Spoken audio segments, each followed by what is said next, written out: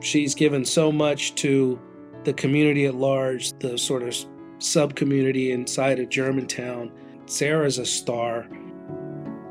I grew up in Bucks County in the 70s when there weren't a whole lot of Black families in Bucks County. There still aren't. To compound that, my parents were very kind of activist and very much about Black empowerment.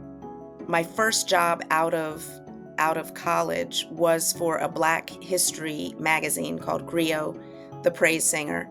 And that was really my first taste of media production and the business of media.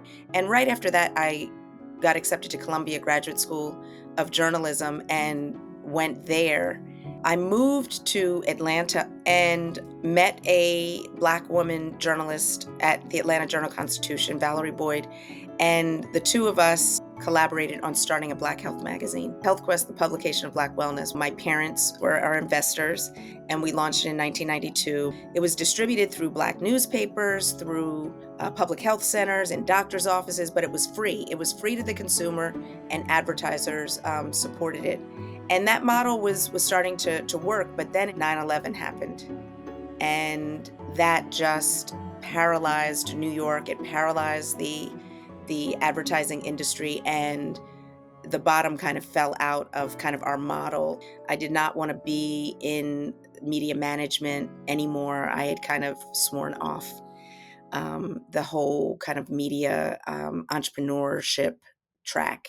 My father had, and my parents really, not just my father, my parents were very close with Mary Mason from WHAT, and even more significantly, Cody Anderson from WHAT and WDAS.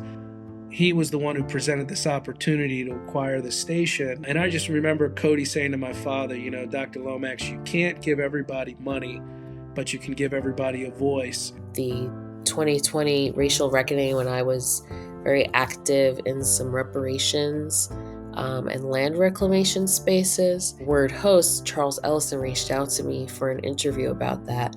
And that was work that I was doing with some colleagues and friends of mine that was not necessarily work that a lot of media wanted to touch. Definitely helped my understanding before I came to WURD about its importance to not only the Philadelphia community, but really, Black Americans nationwide. I want to say 2009, we started talking about it 2010. Saying, to my father, we really ought to put Sara in charge of WURD. Here I was, the only person in my family who had a media background.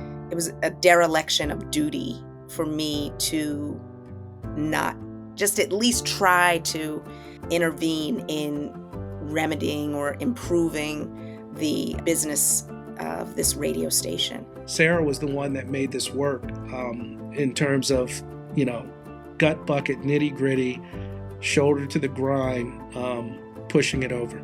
There are not a lot of radio stations that are as committed to community engagement as we are. Germantown is such a vibrant part of Philadelphia.